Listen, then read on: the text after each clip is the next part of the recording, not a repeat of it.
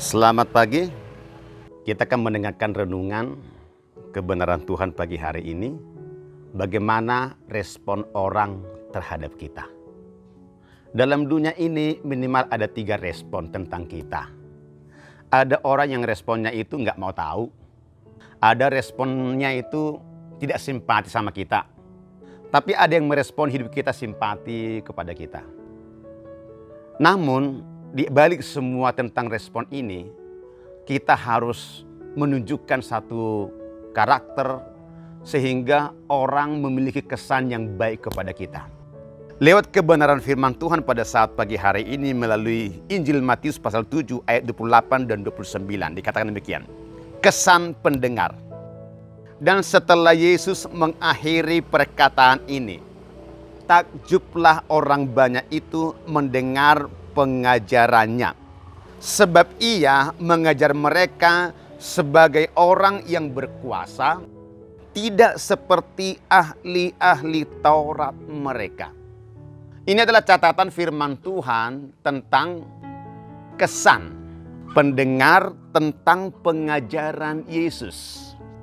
Setelah mereka mendengarkan pengajaran-pengajaran Yesus, pada zaman itu banyak rabi, banyak guru-guru yang mengajar, bisa ahli Taurat, imam-imam, orang Farisi, para tokoh-tokoh agama, rabi-rabi yang ada, mengajar tentang Taurat, tentang hukum-hukum Allah.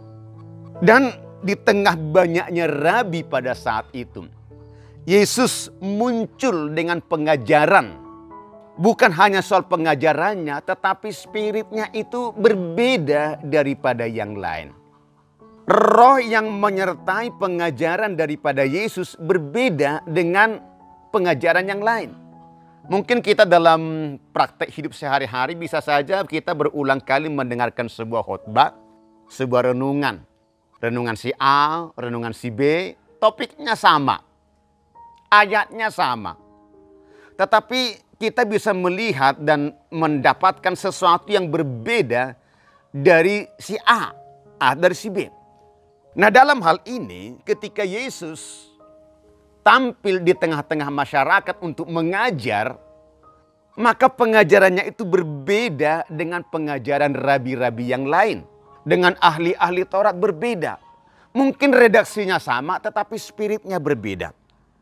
Sehingga dikatakan setelah Yesus mengakhiri perkataan ini, takjublah orang banyak itu mendengar pengajaran Yesus.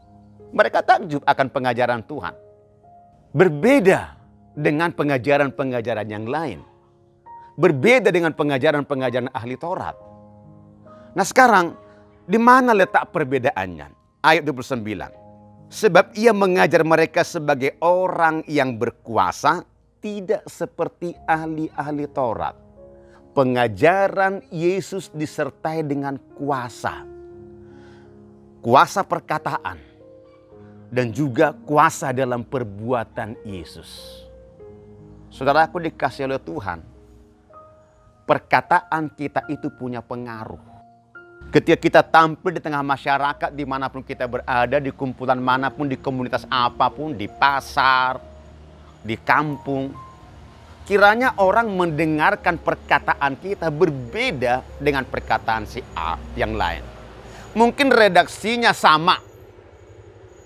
Tata bahasanya mungkin sama. Kaidah-kaidah bahasa juga mungkin sama.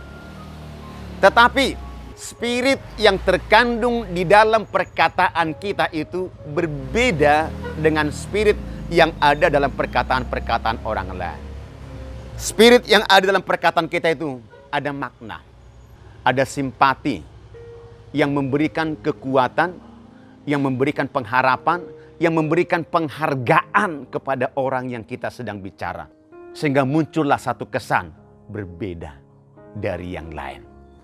Kiranya kebenaran ini boleh mengajari kita bahwa sesungguhnya setiap hari waktu kita berhadapan dengan banyak orang, mereka ingin melihat kesan yang berbeda. Ada kuasa perkataannya dan juga ada kuasa perbuatan yang kita tunjukkan sehingga mereka bisa melihat bahwa respon terhadap kita menjadi respon yang baik. Sekalipun mungkin tetap ada respon 3 hal tadi. Ada orang yang tidak mau tahu.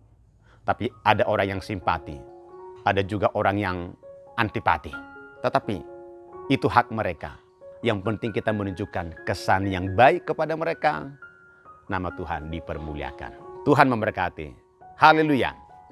Terima kasih Tuhan, ketika kami hidup dalam dunia ini Tuhan.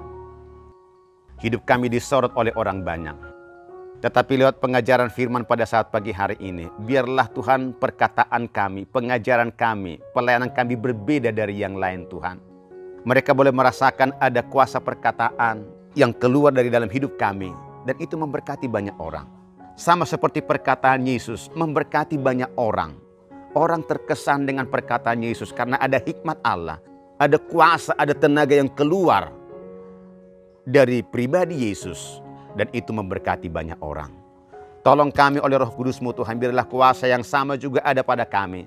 Sehingga ketika kami berkata-kata, mengajar, melayani orang lain, kesan pendengar, mereka simpati, mereka senang, mereka puas karena pelayanan kami. Terima kasih Tuhan.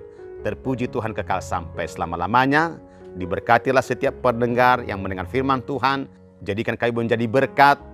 Melalui perkataan kami, perbuatan kami, nama Tuhan dimuliakan. Dalam nama Tuhan Yesus Kristus, kami berdoa. Amin.